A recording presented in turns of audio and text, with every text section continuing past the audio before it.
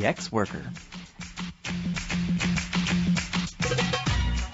An audio strike against a monotone world. A twice-monthly podcast of anarchist ideas and action. For everyone who dreams of a life off the clock.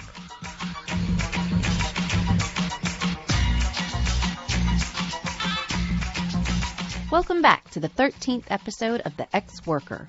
If you are listening to this podcast, chances are you are engaging with digital technology.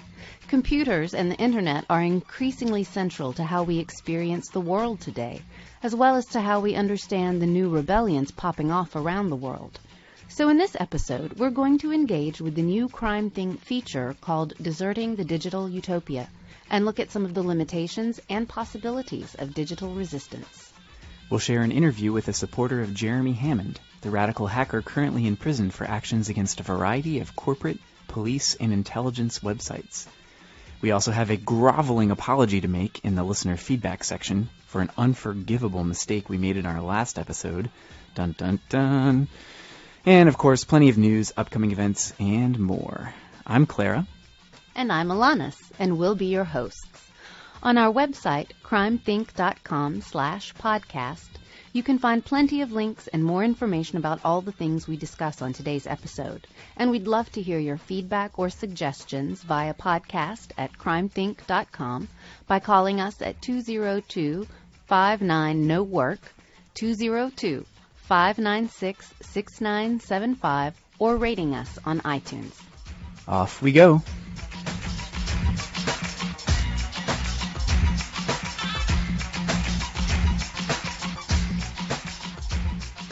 First things first, let's go to the Hot Wire, our roundup of resistance going on around the globe. Alanis, what have we got today? November 5th was an international day of action called by the hacktivist movement Anonymous. Events were planned in over 450 cities across the world. On our website, we've got links to reports on million mask marches in Denver, Atlanta, Washington, D.C., and London. Incidentally, as a part of our ongoing effort to report on police tactics against resistance struggles, we read a report that at the Washington, D.C. march, an undercover cop attempted to solicit cash donations from the crowd, ostensibly for use in bailing out the marchers who had just been arrested. So, if you're ever at a march, be sure not to hand wads of cash over to people you don't know who claim to be using it for a good cause. And speaking of sketchy undercover cops, in Wales, members of the Cardiff Anarchist group are protesting the government's decision to investigate their complaints into police infiltration of the group via a secret tribunal. Welsh anarchists have spoken out against police informer Mark Kennedy, who targeted women for sexual relationships as a way of building trust within the radical groups he infiltrated. And speaking of sketchy cops, remember John Pike, the infamous pepper-spraying cop from the University of California at Davis, who tortured a bunch of college kids during an Occupy protest with pepper spray to the eyes, with an utterly indifferent look on his face? Oh yeah, he was an internet meme for a while, right? With that Tumblr of famous art scenes deturned to show him pepper-spraying people? Yep, that's the one. Well, it turns out that he has been awarded $38,000 in workers' comp for the so-called mental distress he suffered when he became the focal point of a nationwide backlash against police brutality. What? That's right. At UC Davis, not only can you get paid over $100,000 a year as a brutal cop, but you can even get paid thousands of dollars on top of that when you get more or less fired from your job for being exceptionally brutal. And unfortunately, we have more bad news about California cops. 13-year-old Andy Lopez was shot to death by police in Santa Rosa, California, allegedly for holding a toy gun, prompting hundreds to protest in the streets. Enough about cops. In some good news, after an 8-day hunger strike, imprisoned animal rights activist Kevin successfully defeated the Woodford County Jail's ban on books. Authorities had moved him to an isolation unit and threatened to force-feed him, but he refused to be intimidated and ultimately won his demands. Way to go, Kevin. If you want to send him and his co-defendant Tyler some books to celebrate their victory, you can get their info at supportkevinandtyler.com. Protesters in New Zealand are blockading the Coromandel Harbour to prevent a mining exploration company from taking samples. While blockades and confrontations escalated at the site of a proposed hydroelectric dam in Sarawak, Malaysia, that will displace hundreds of indigenous people and flood 400 square kilometers of rainforest. A new development in animal rights news. Activists in San Roque, Brazil, liberated nearly 200 beagles from a nasty vivisection lab without masking their faces, with cameras rolling, using social media to find them new homes. The lab has now been shut down. In our second episode, we heard from an activist against genetically engineered trees. Last week, a speaking tour spreading info about the risks of GE trees was banned from the University of Florida and threatened with arrest. Why? Well, turns out the school received millions of dollars in grant money in conjunction with a biotech corporation to develop GE loblolly pines. And they didn't want pesky protesters exposing the threats to biodiversity and native forests posed by GE trees. You can learn more at stopgetrees.org. And we've got an update from the Support Marie Mason campaign. On October 21st and 25th, an international campaign demanding the transfer of imprisoned environmental activist Marie Mason out of a repressive, high-security federal prison in Fort Worth, Texas, kicked into high gear. Mason's supporters flooded the Federal Bureau of Prisons with phone calls and postcards demanding that she be moved out of what they describe as a cement hellhole. Mason is serving an almost 22-year term for nonviolent eco-sabotage, including a Monsanto research office, the longest sentence ever given for environmental direct action. More information is at supportmariemason.org.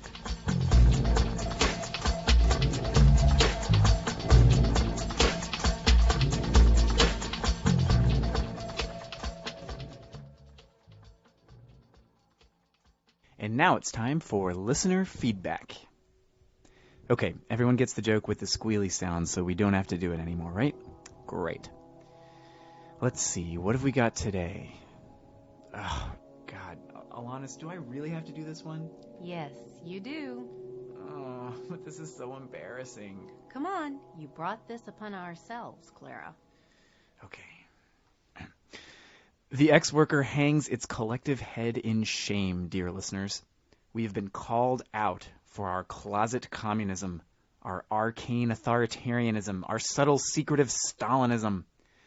Within mere hours of our last episode's release, multiple listeners wrote in, brimming with absolutely justified outrage that we, a supposedly anarchist podcast, had used for the blog post and logo image for our 12th episode a photo, admittedly an awesome-looking one, of an anti-fascist combatant in the Spanish Civil War who we thought was an anarchist. Maybe with the Durruti column about to march off to doom and eternal glory in the storied annals of anarchist podcasts. But little did we know. Little indeed did we know. We quote from one listener. The photo that you used for the ex-worker number 12 is that of Marina Ginesta. She was a member of the Juventudes Socialistas Unificadas, the youth organization of the Partido Comunista de España and the Partido Socialista Obrero Español, the Stalinist and state communist parties in Spain. Both the PCE and the PSOE were the central forces in repressing anarchists during the revolution, particularly during and after the May Day in Barcelona. Ginesta also worked as a translator for Pravda, the official newspaper of the Soviet Communist Party during the revolution. I guess my point is that there are plenty of photos of anarchists during the Spanish Revolution, and it makes me kind of sad when anarchists instead, unintentionally, choose photographs of members of groups who murdered anarchists to represent the Spanish Revolution. Obviously, y'all didn't know, or I'm sure you would have chosen another photograph, but it still makes me mourn deeply. I know, it's just a photo for an issue of a podcast, but I do feel that these little things erase part of our history. Another listener confirmed our grievous mistake, adding, I just thought I'd point it out because I see anarchists and anti-fascists using her image a lot. And while she definitely fought against fascism with all her heart, I don't think we should consider her an anarchist role model. The shame. The shame. But, in fact, the infamy does not end there. Upon reading this feedback, one of the ex-workers discovered, and this is a true story, we swear by Bakunin's beard, that they had affixed to the very laptop computer on which episodes of this podcast have been edited a Spanish-language anti-fascist sticker that used the very same photo in the background. We are surrounded. There's no escape. We've been infiltrated so thoroughly that we didn't even know we had become mere peddlers of authoritarian iconography, mere unwitting tools in the factories of despotism, mere sheeple in the leftist barnyard. I assure you, long-suffering listeners, that we are merely the latest in a long line of victims of this deceptive Stalinist charade. We sincerely apologize to all of the historical victims of state socialist terror and to all of you affronted listeners who we've let down with this inexcusable oversight. We are not, contrary to rumor, secretly members of the Revolutionary Communist Party, just waiting to spring on all of you that Mao was actually pretty cool and that revolution is pending if we all just kiss Bob Avakian's feet rather than our bosses. No, we were duped, and we prostrate ourselves before you in our ignominious disgrace. But we vow to you, from this day forward, the cycle ends here. Never again will we allow the allure of a well-composed image to dull our critical faculties to the authoritarian abomination lurking beneath. To atone for our sins, and by means of apology, we humbly offer a spate of links on our website to various online anarchist image archives, including collections of photos and posters of anarchists in the Spanish Civil War and Revolution. Please, listeners, continue to abolish us. No gods, no masters, no podcast hosts. Point is, we are obviously an incompetent bunch of fools. So keep us honest at podcast@CrimethInc.com.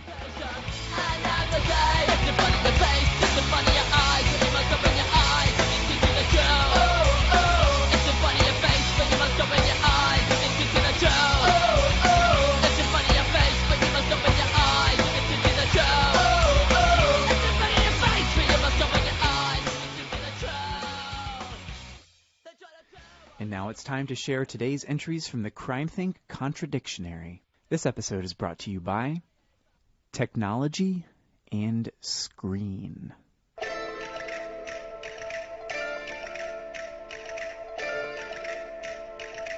Technology. Technological development isn't inherently linear. We can't affirm or reject it as if it were a single monolith. Rather, there are different technologies, which are supplanted as often as they are improved, leaving sedimentary layers of paths not taken. No one today understands the technologies by which the inhabitants of the rainforest of modern-day Brazil related to their natural environment before the first European colonists arrived. We can't recreate the technologies that produced the pyramids of ancient Egypt, nor could they have been built without the social forms that gave rise to them. Who remembers how to use magic lanterns to put on a proper phantasmagoria? Who recalls that the first effort to build an underground public transit system in New York utilized enormous pneumatic tubes? And human capabilities shift along with technologies. What reader of ebooks could memorize an epic poem like the bards of Chaucer's day? Watch a movie from your childhood that struck you with the persuasiveness of its special effects, and see if you're still capable of suspending your disbelief now that you're used to the latest cinematic innovations. Some of the first silent movies were subtitled so the audience could sing along to accompanying live music. Can you imagine a contemporary movie theater audience possessed of the ability to sing together spontaneously? It seems that the more life our technology takes on, the less lively we become.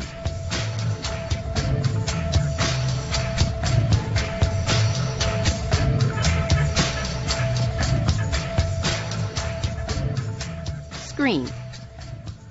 A surface onto which pictures and movies are projected, or upon which data and images are displayed. In other words, on a television set, computer monitor, or phone. Alternately, as it happens, a device to block or conceal.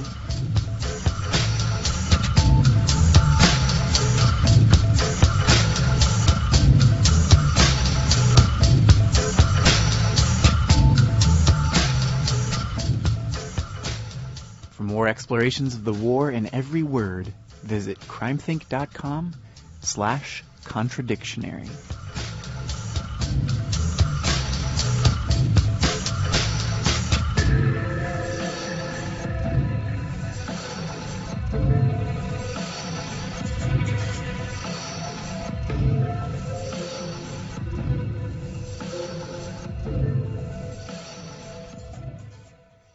Okay, Clara, what else have we got for this episode? Well, I've been reading this interview with Bill Gates. Guess what? What? He says, get this, the internet will not save the world. Wow, if I only had $72 billion, maybe I could come up with similarly brilliant insights. You know, Alanis, I love being an impoverished anarchist podcaster, but sometimes I like to pretend like I was a brilliant capitalist entrepreneur who only cared about making profit. Sometimes I imagine what the ideal capitalist product would be. Oh, yeah? What's that? Well, it would have to be something where the entire human race would be constantly working for free to increase its value, yet it would only be accessible through corporate products, so I could get rich off of it. It would be totally indispensable, but the people whose labor it drew from would be dispensable.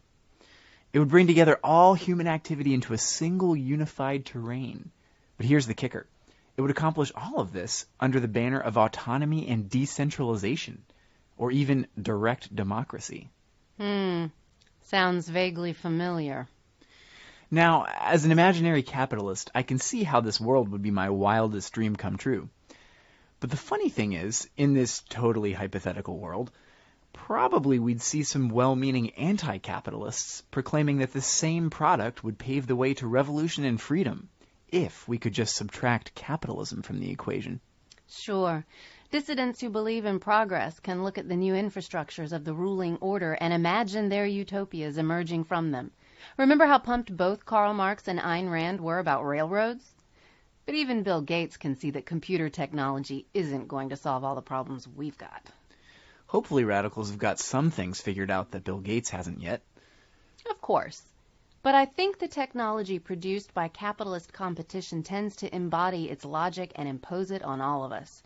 If we want to escape this order, we should never take its tools for granted. When we use tools, they use us back.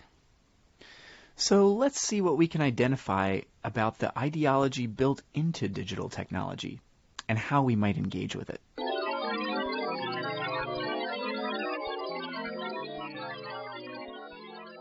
The net closes. In our age, domination is not just imposed by commands issued from rulers to ruled, but by algorithms that systematically produce and constantly recalibrate power differentials. The algorithm is the fundamental mechanism perpetuating today's hierarchies. It determines the possibilities in advance, while offering an illusion of freedom as choice. The digital reduces the infinite possibilities of life to a lattice of interconnecting algorithms, to choices between zeros and ones. The world is whittled down to representation, and representation expands to fill the world. The irreducible disappears. That which does not compute does not exist. The digital can present a breathtaking array of choices, of possible combinations of ones and zeros, but the terms of each choice are set in advance. What is a computer? A computer is a machine that performs algorithms. The term originally designated a human being who followed orders as rigidly as a machine. Alan Turing, one of the founders of computer science, named the digital computer as a metaphorical extension of the most impersonal form of human labor. The idea behind digital computers may be explained by saying that these machines are intended to carry out any operations which could be done by a human computer. In the 50 years since, we've seen this metaphor inverted and inverted again, as human and machine become increasingly indivisible. Turing writes, "The human computer is supposed to be following fixed rules. He has no authority to deviate from them in any detail." Since the beginning, the object of digital development has been the convergence of human potential and algorithmic control.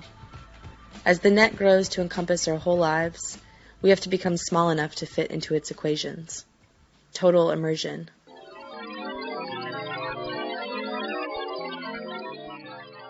Sorry, Alanis, but I'm not totally sure I understand just what an algorithm is.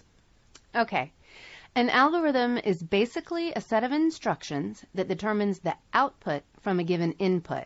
Like if you're building a Lego set, you have the little booklet that tells you what actions to take and what pieces to use. And if you follow it, it produces the output of whatever set you built. So far, so good. So computer programs work via algorithms. That is, a process of organizing outputs from given inputs of data in binary format. In this analysis, we're looking at how the digitization of the world is inserting more and more of our choices into these flowcharts with predetermined outcomes.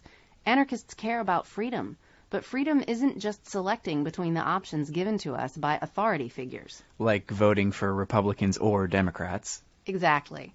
But being able to determine the possibilities themselves.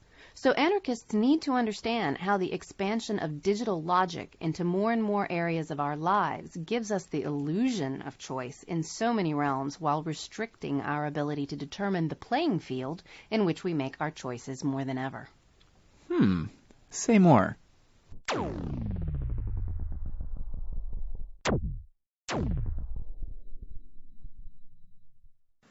The digital divides. Well-intentioned liberals are concerned that there are entire communities not yet integrated into the global digital network. Hence, free laptops for the developing world, $100 tablets for school children.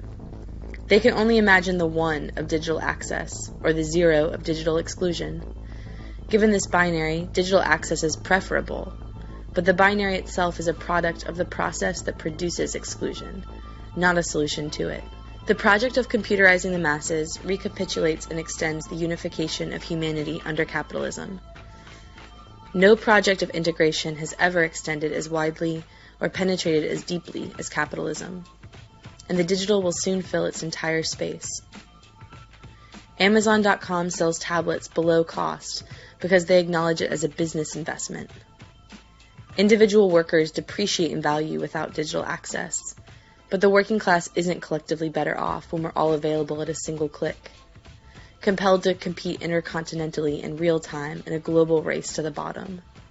Capitalist globalization has already shown this. More mobility for individuals does not ensure more parity across the board. To integrate is not necessarily to equalize. The leash, the rein, and the whip are also connective. Even where it connects, the digital divides. Like capitalism, the digital divides haves from have-nots. But a computer is not what the have-nots lack. The have-nots lack power. Rather than a binary of capitalists and proletarians, a universal market is emerging, in which each person will be ceaselessly evaluated and ranked. Digital technology can impose power differentials more thoroughly and efficiently than any caste system in history. Already, your ability to engage in social and economic relations of all kinds is determined by the quality of your processor. At the lower end of the economic spectrum, the unemployed who have smartphones can snap up the cheapest rides on Craigslist, whereas all the technology you needed to hitchhike was your thumb.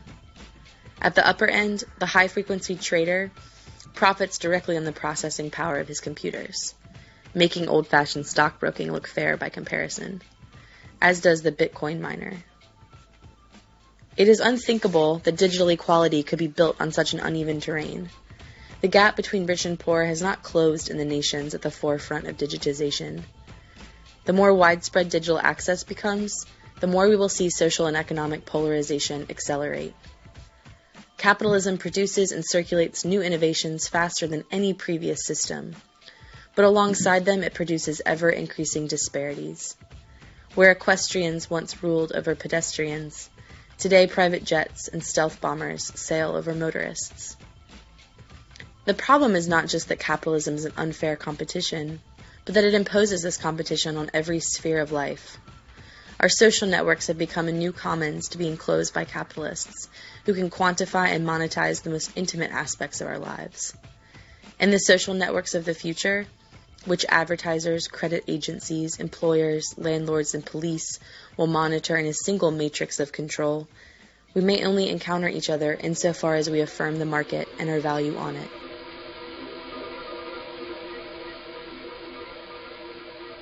the system updates. Competition and market expansion have always stabilized capitalism by offering new social mobility, appearing to give the poor a stake in the game just when they had no more reason to play along. But now that the entire world is integrated into a single market and capital is concentrating in the hands of a shrinking elite, what could forestall a new wave of revolt? Henry Ford was one of the innovators who responded to the last major crisis that threatened capitalism. Raising salaries and increasing mass production and credit, he expanded the market for his products, undercutting the revolutionary demands of the labor movement by turning producers into consumers. This encouraged a slice of the working class to aspire to inclusion rather than revolution. The following generation's struggles erupted on a new terrain as the demand of producers for self-determination in the workplace was reprised by consumers in the marketplace. The classic imperative of the do-it-yourself counterculture, become the media, became the motor of a new economy. Where the old media had been top-down and unidirectional, the new media derived their value from the user-created content. Meanwhile, globalization and automation eroded the compromise Ford had brokered between capitalists and part of the working class, producing a redundant and precarious population. In this volatile context, new corporations like Google are updating the Fordist compromise via free labor and free distribution. Ford offered workers greater participation in capitalism via mass consumption. Google gives everything away for free by making everything into an unpaid job. In offering credit, Ford enabled workers to become consumers by selling their future as well as their present labor. Google has dissolved the distinction between production, consumption, and surveillance, making it possible to capitalize even on those who have nothing to spend but time. Looking ahead down this road, we can imagine a digital feudalism in which a benevolent dictatorship of computers, human and otherwise, maintains the internet as a playpen for a superfluous population. Individual programs and programmers will be replaceable. The more internal mobility a hierarchical structure offers, the more robust and resilient it is. But the structure itself will be non-negotiable. We can even imagine the rest of the population participating on an apparently horizontal and voluntary basis in refining the program, within certain preset parameters, of course, as in all algorithms. Digital feudalism could arrive under the banner of direct democracy, proclaiming that everyone has the right to citizenship and participation, presenting itself as a solution to the excesses of capitalism. Those who dream of a guaranteed basic income, or who wish to be compensated for the online harvesting of their personal data, must understand that these demands would only be realized by an all-seeing surveillance state, and that such demands legitimize state power and surveillance, even if they are never granted.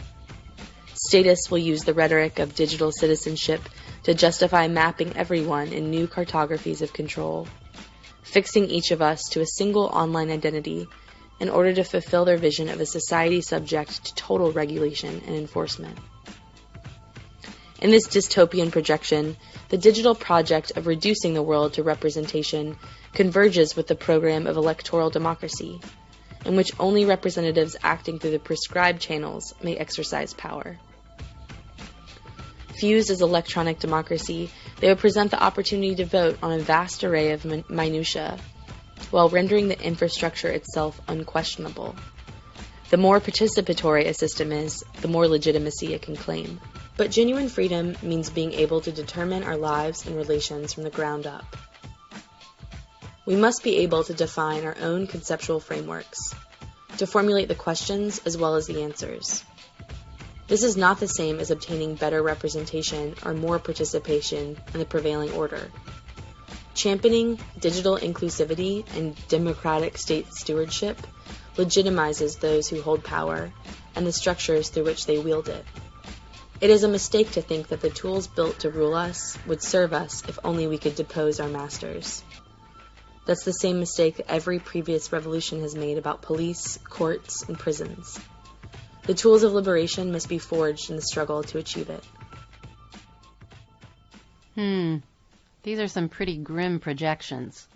On the one hand, we could have a capacity to weigh in on the decisions governing our daily lives to an extent unprecedented in human history. At the same time, The people who set the terms of the programming and control access to the information collected about us and the technology we need to access it would wield power that kings and robber barons could have only dreamed of. It's crazy how thoroughly the new economy has appropriated what used to be radical demands for participatory and DIY forms of media and culture. I think my 90s anti-consumer politics will be enough for me here, in the way they rejected the process and format and not just the content of consumption. As an anarchist, I'm not arguing that 500 channels are not enough, that I need channels specifically designed for me, but that I don't want to spend my life staring at a screen designed to pacify me and sell me products. But back then, it was this big countercultural statement to live in your collective house that didn't have a television, right? Now, everyone watches Netflix on their laptops, which are the same machines we use to organize protests or record podcasts or whatever it is we think of as resistance. This net is closing around us so that there's less and less space to challenge the structure of life as governed by the digital technocracy. And even all the work we do to contribute new content to it ends up just reinforcing our collective dependence on it. Not to mention generating capital for those gatekeepers who profit from the participatory information economy. So what do? How can we imagine resistance from within this web?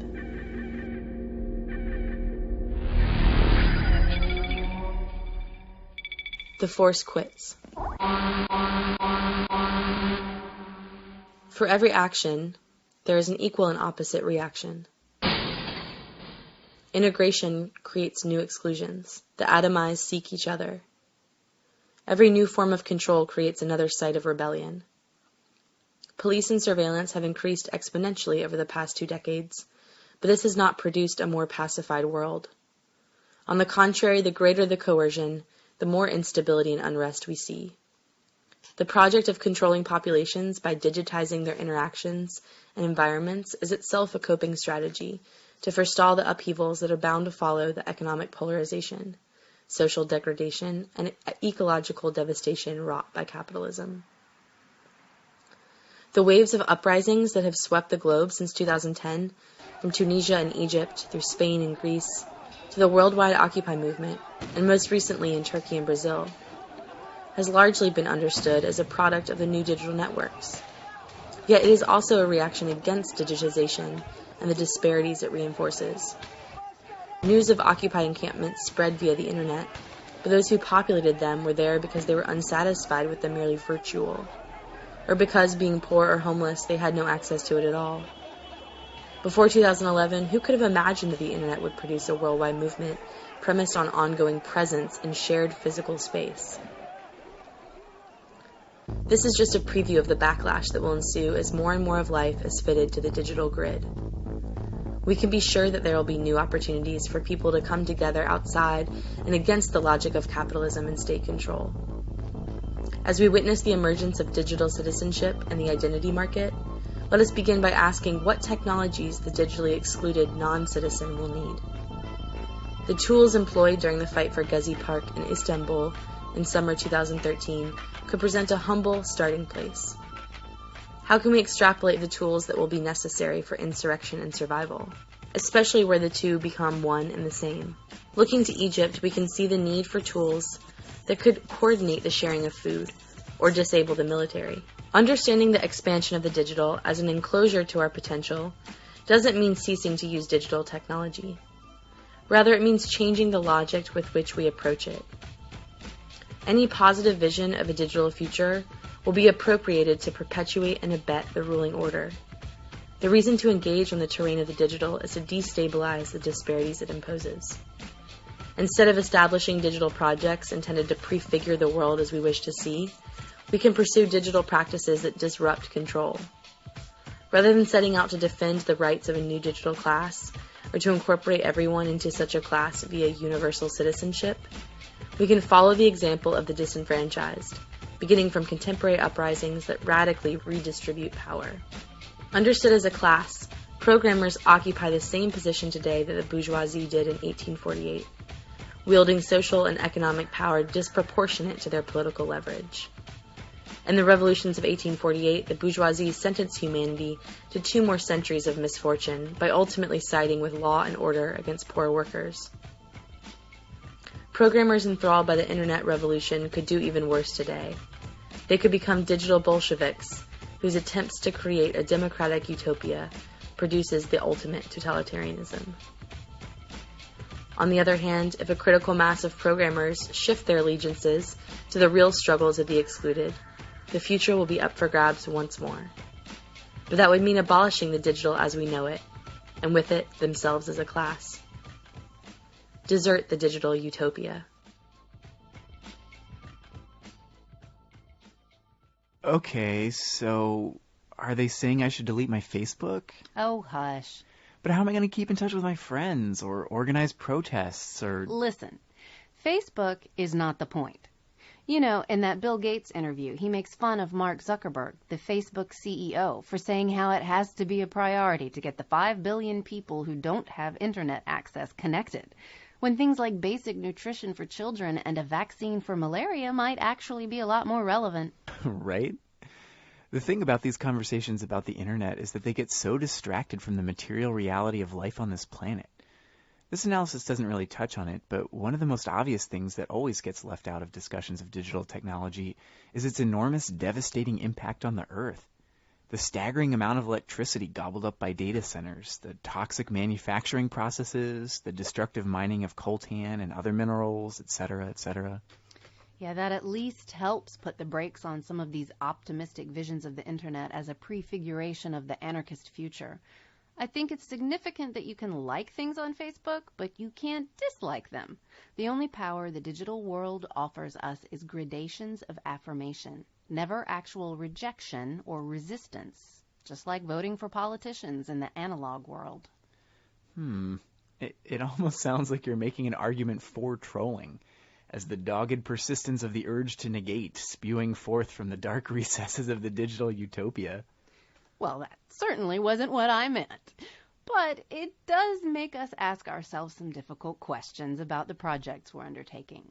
For example, will producing this podcast help foment anarchist revolution? We hope so. But will it outweigh the destructive impact of the tools we use to create it, or the unquantifiable alienation of mass digital society? Well, either way, there's no purity possible. We're all enmeshed in the web of ones and zeros, whether we like it or not. Engaging with the various tools and networks of the digital age will be strategic in some circumstances and not in others. Probably the pathways towards radical transformation won't look just like the hyper-digitized utopias of cyber democrats, nor like Neo-Luddites ripping out the series of tubes and lassoing the satellites and drones with wild-crafted hemp ropes. Anarchists and lovers of freedom will be fighting on every front, from anonymous hackers to tree sitters to black blockers and infinite other creative variations. But the expansion of the digital world shifts the terrain on which we struggle. So let's do our best to understand the doors it closes and the windows it opens. When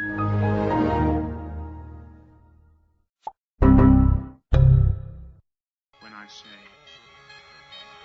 resistance, liberty, death to the oppressor.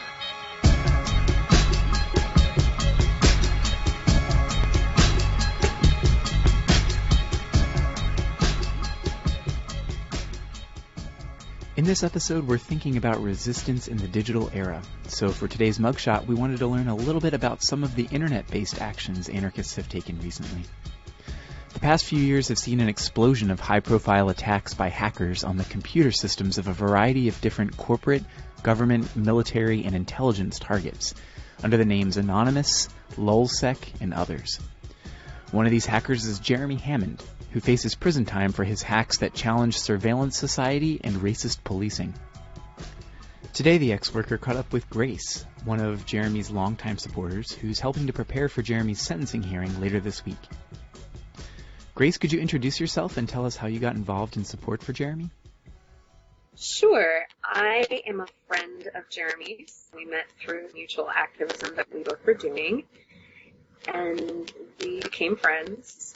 And unfortunately, I moved away from Chicago, the Chicago area, not too long before he was arrested, but it turned out okay because I'm actually quite close to where he is now. So he asked me several months ago to step in and take over his website, which I have done. So I'm now the administrator of his website, helping to keep people up to date on what's going on with him and his case. So who is Jeremy Hammond? What kinds of actions is he facing time for, and how are they significant? Who is Jeremy Hammond? Jeremy Hammond is an activist. He is an activist that has dedicated pretty much his whole life to things that he believes in. He's an anti-authoritarian, anti-capitalist, anti-fascist. Any form of oppression, Jeremy is pretty much against it. He has dedicated his life to fighting those forces of oppression in various ways, whether it be through his computer work or he does a lot of offline work in the real world as well. So that is who Jeremy Hammond is. Jeremy Hammond was arrested back in March of 2012 for allegedly hacking the website to Strategic Forecasting Inc., otherwise known as Stratfor. They are a global intelligence firm that supplies intelligence to governments around the world, as well as private firms. Not too long before he was arrested, there was a large leak of data from Stratfor that included emails, databases from their website that revealed eventually that the U.S. government is spying on a lot of people. Not that we don't already know that, but it really revealed the extent to which they are doing that. It was released through WikiLeaks. They're known as the Global Intelligence Files. I'm not sure if they're all still up there, but you can go to WikiLeaks' website and find them. But they really revealed just how extensive the spying is on peaceful activists. The government's spying on Occupy, the government's spying on PETA. The government's spying on just everyday people. The other hacks that he pled to in the plea agreement, which can be read on his website, freejeremy.net, they were all law enforcement targets. When these hacks were ongoing, a statement that was put out said that the people that were doing these actions wanted the police to feel the terror that they instill in people every day, basically. One of the hacks that people might be able to relate to the most is he pled to hacking the Arizona Department of Public Safety, which is basically the Arizona police, releasing names and addresses of officers. And they entitled this hack Chinga la Migra, which means fuck the Border Patrol. And it was in response to the passage of SB 1070, which was the law that basically said that if you are brown, you must carry documents on you at all times that proves that you are a citizen. If not, if you didn't have those documents on you, even if you were a citizen, you could be put in jail. So from an anarchist perspective, even though Stratfor is the hack that has gotten the most press coverage, the other hacks that he did were just as important and really deserved just as much recognition and, in my opinion, admiration. A couple of months ago, Jeremy wrote a statement from prison for a political prisoner fundraiser that lays out some of his politics. Could you share that with us? Of course, I will. I'll share part of it. Of course, Jeremy starts out by shouting out to all other prisoners, but then he goes into the heart of his statement, where he says, "We are up against a racist, capitalist power structure that wages war, destroys the environment, and spies on our every move. They lock up millions of people in cages for crimes that corrupt governments and multinational corporations also commit on an everyday basis and on a greater magnitude, yet we are the criminals. They lock us up for guns and drugs when defense contractors and pharmaceutical companies are the top traffickers. They call us thieves when it's Wall Street 1%ers who rob us blind, exploit our labor, evict us out of our homes, and get billion-dollar bailouts. They condemn hackers and leakers when the NSA, CIA, and FBI illegally spy on everybody.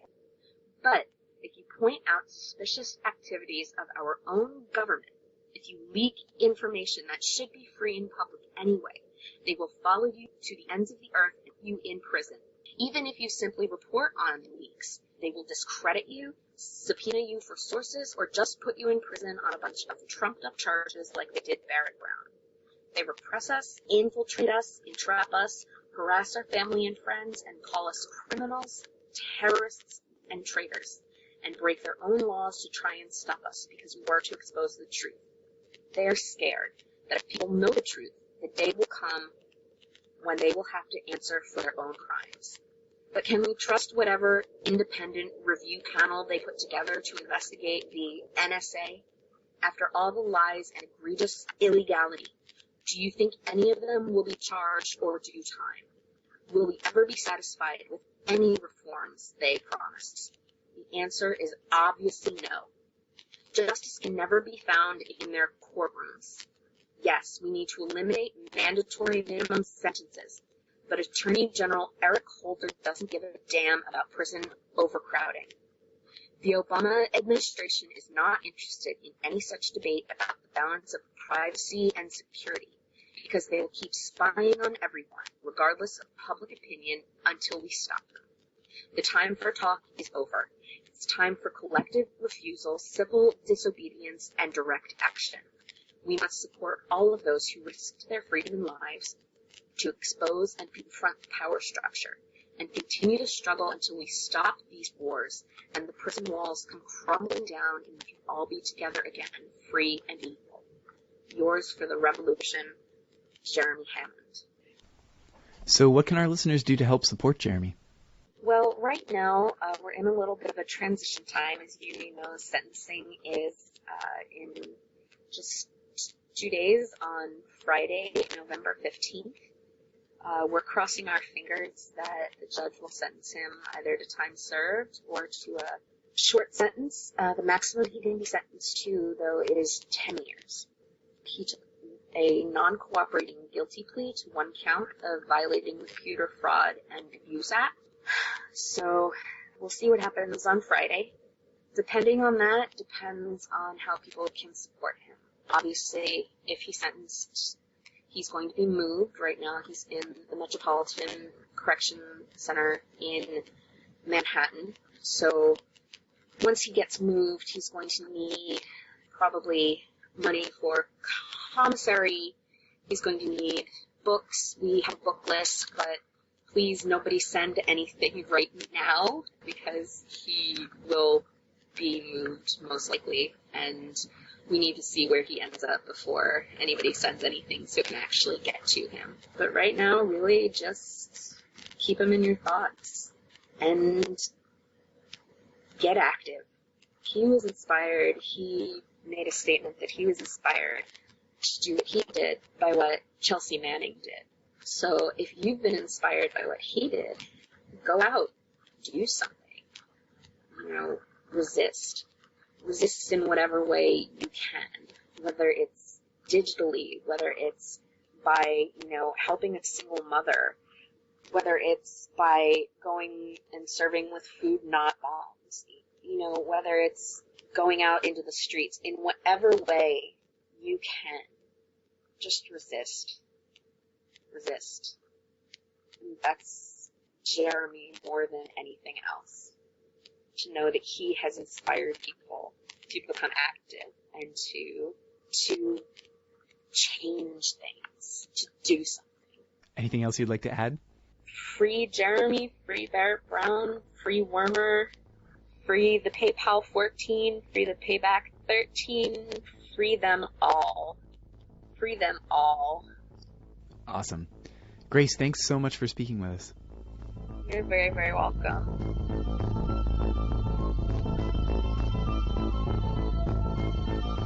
An update as we go to press. On Friday, November 15th, Jeremy Hammond was sentenced to 10 years in prison.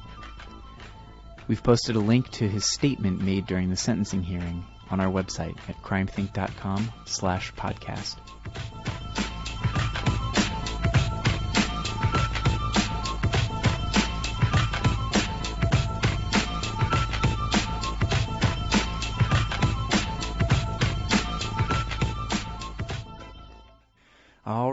Now it's time to close things out with next week's news. A handful of radical events coming up soon that might be of interest.